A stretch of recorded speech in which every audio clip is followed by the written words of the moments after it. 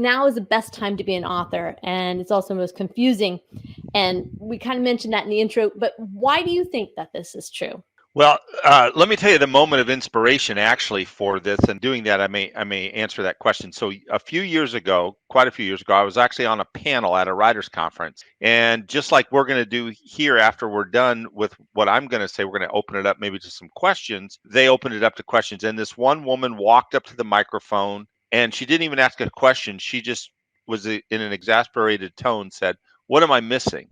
And that's when I realized that while there used to be only one path to publishing, which was traditional, and you had to get an agent, and it was very clear what you had to do, and you also had to endure a lot of rejection usually, and you might never get to your goal of being a published author. Now there were multiple paths, but how to navigate those paths and which one was going to be best for your project was very difficult for people to discern.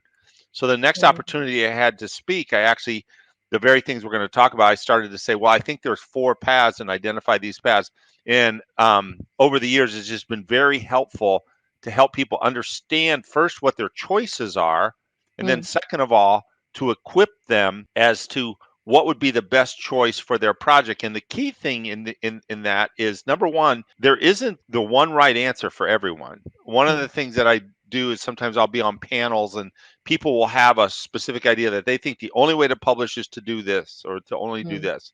And I actually don't take that perspective. And the second thing is, you might choose one path for one of your books, and you may have a different project, and you may choose a different path for that, which is why I say it's the best time to be an author, because if you're equipped and you understand what your choices are and what your project is, you can make the best choice for that project. And I Right. think that's why it's the best time to be an author.